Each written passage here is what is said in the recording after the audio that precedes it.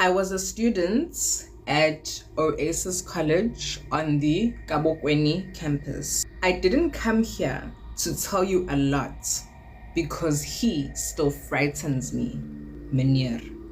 I was a matriculant in 2024. The previous person also matriculated last year, so there was again a lot going on last year for the grade 8s and for the matrics. Kosiam, Oasis. So last year we had a camp. Some things happened in that camp that still bother me to this day. Where the girls were sleeping, the place was a very spooky place. It was in a weird location where it was isolated and closed off. We had weird encounters, such as feeling like we were being watched. It was weird because the place was a school on weekdays and a church on Sundays. Didn't I tell you? Didn't I tell you? Also, isn't there a cemetery close by? Abo hallowed ground. Remember I told you, Meneer wants to take them to a specific location. Because when we had camps in school, the location would constantly change. Yes, okay, maybe you're trying to save money, but you can still save money. You have other campuses. Why not take the kids to a different campus to expose them to the other campuses? Why are you taking them to this one specific place the whole time? We were writing our finals, so we had to study. We knocked off late at school. Plus, there was a lot that we had to do when we came back from school. So we had to study late, around midnight or so. We used the classes there to study. Weird things would happen, such as we would hear knocking on the walls. We would feel sleepy every time we sat down to study. When we would sit down to study, we would first hear a cat meowing, and a lot of the times when we looked outside the window, we would see the cat staring at us studying. How, Bageti? Since when do feral cats come and watch human beings studying? I can guarantee you the feral cats from my neighborhood, when they see a human doing whatever, they run away. We have to catch them and force them to come into the yard so we can keep them as pets. Kosiam. Even more spooky is that there was a big hole that was not walled, and across from the hole were dark woods. And then when you look further, there was a scary looking house that had a big cross on top and the heads of dolls just chilling outside of it. What do you mean? Why do you have random properties with dolls' heads on the outside? Even if it's not anything spiritual, psychologically, that is a terrifying thing for anyone to witness. I have that trauma obeying them, but they don't consider your feelings. It's horrible. It's straight up abuse. And you're made to feel guilty, but it's your parents.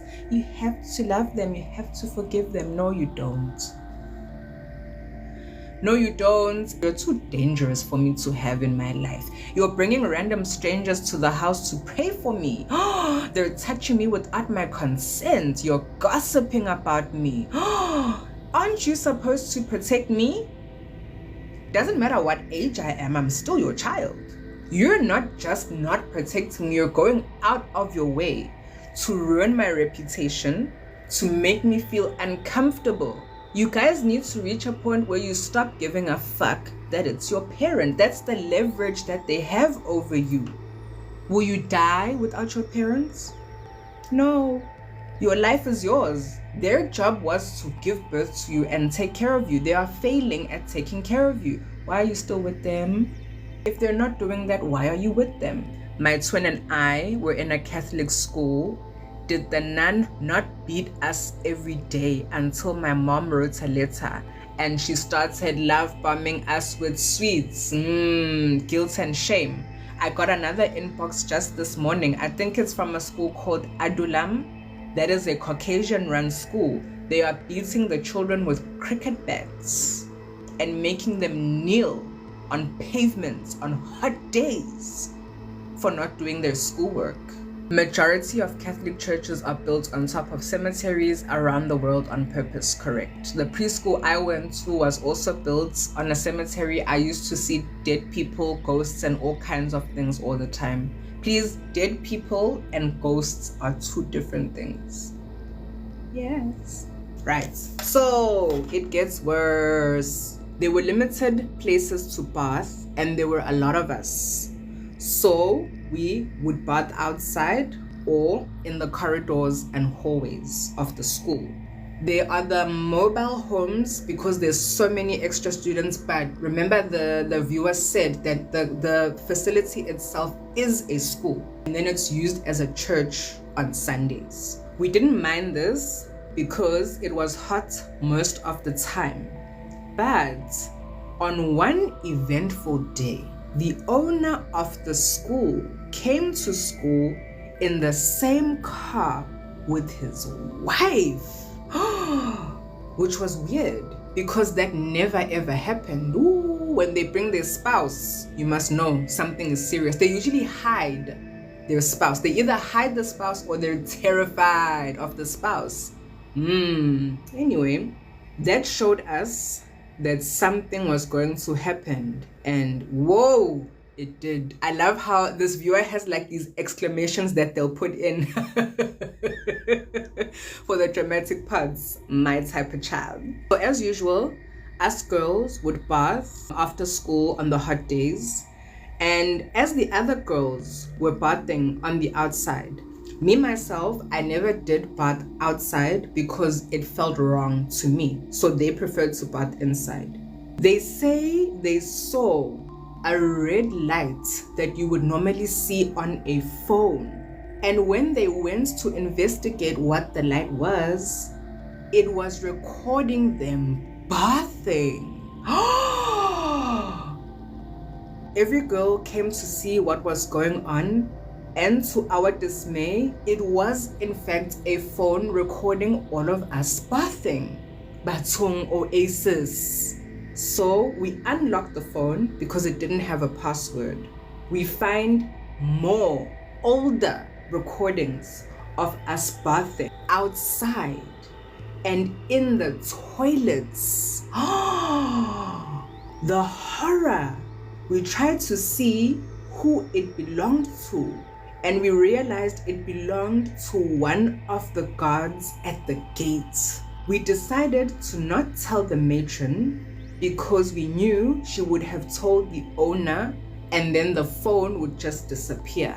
Smart kids. We were not allowed to bring phones to the camp. The teachers, the headmaster was saying that they can't bring phones to the school because dating is making them crazy and they're gonna constantly want to reach out to their boyfriends and things. So, saletha mapena phones nama popopo. That is to say, they brought the small phones, right? The non-smartphones, the phones that the elders in the ladies carry. So using those popopo phones, we decided to call our parents and tell them what was going on. Other students borrowed other phones from the other students to call their parents and so on and so forth. So the kids are panicking. Everybody is calling their parent because what the fuck? The parents started showing up more and more as the day progressed. And then the police came. Yes! It was a big havoc going on. And then the headmaster showed up with the principal. This is around midnight. The parents were very angry and they were saying how we thought our kids were safe here. But why are they now being recorded while they're bathing, and how? Because apparently there were cameras around the premises except the toilets and the hall that we slept in. That's the other issue. So if the staff, the security staff are using their phones to record, already the teachers and the headmaster, they have access to footage from the cameras all around the school. I can guarantee you nobody's breaking into that school. The entities that live there, they'll never allow that. So what are those cameras recording? If the security guard feels comfortable enough to put up their own phone, it means they know it's already happening. They wouldn't just risk it out of the blue. Anyway, let me continue. It made the matter worse because it meant that the person who looked at the camera footage had already seen us naked from the previous footage, right? So they were coming back for another round. So not only are they recording the students, they are watching the students while they're bathing. Parents came, more and more of them, as well as the police. Mind you, we had the phone that had recorded us naked, and we knew that if we gave it to the headmaster, it would disappear. The parents are now fighting. They want to take us home with them at the same time. The headmaster says no. He says he will not allow the students to be taken home. This made the parents more angry, and the police, surprise, surprise, didn't take it seriously. The parents then told the kids to go and pack their things because they wanted to leave. Shout out to the parents. I told you that's what you need to do. Imagine the audacity for you to tell somebody's parent, no, you can't take your child.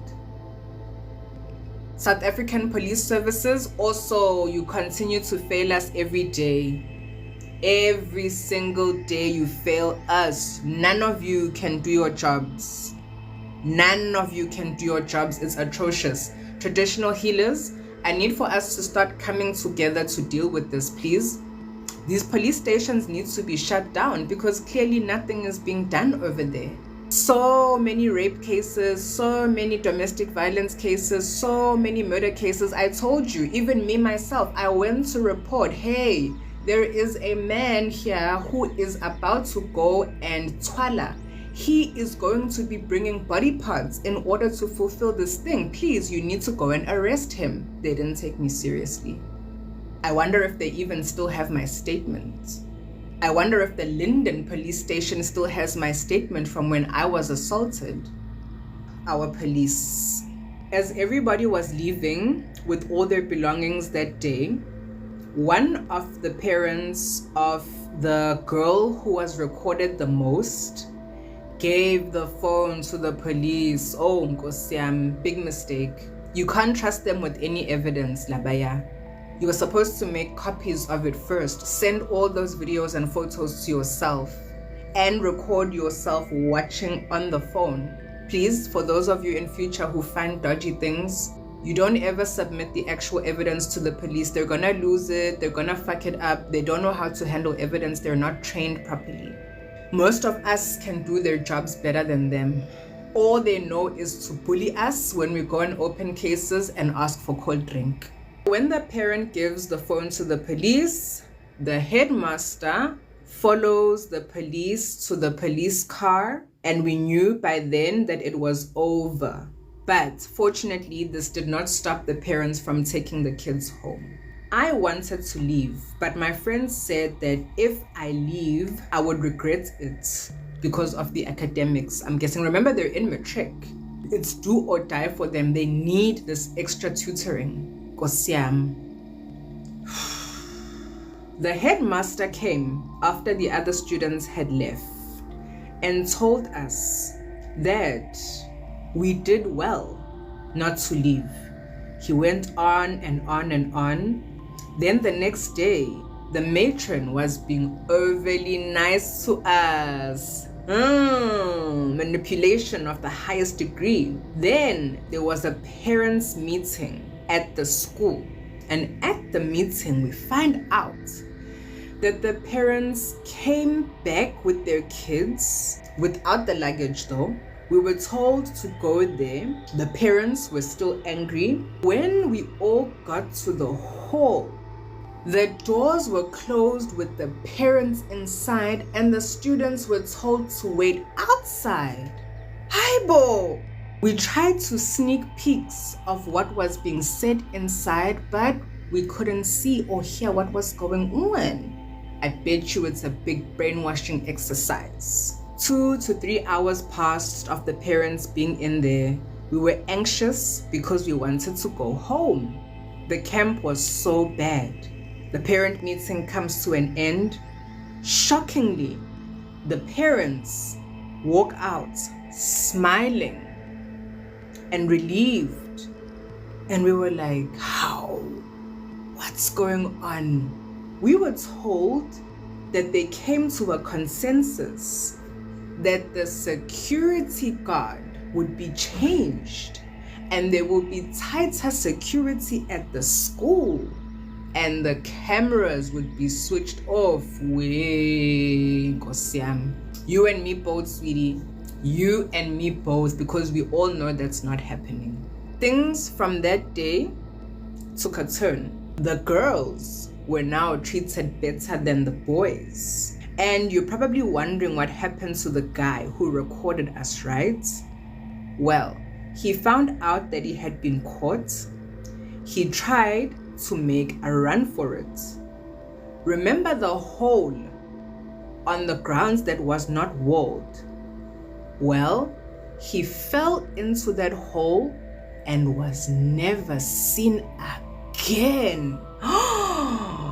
The recordings, the phone that was given to the police. After the headmaster went to the police car, we were told that there were no recordings found and the case went cold. SAPS. I'm telling you this because of your last video, the headmaster. You asked, why don't we tell our parents? We do, but they dismiss us as if they are under a spell. And because he is a trusted man of God who is powerful, I am scared of him until today. Because there was this one time he was praying for us. He started with my friends, and when it was my turn, he skipped me.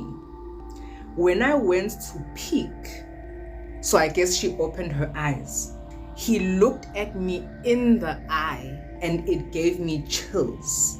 To this day, I am wondering why. I am very afraid of him knowing that it's me who's telling the story. I know I will be in danger. There are a lot of things happening at that school. They are traumatizing us, but we keep quiet because of fear. That is my story. And again, please do not use my name. The end. Your pastors, your men of God. Let me check comments. Let me have water as well.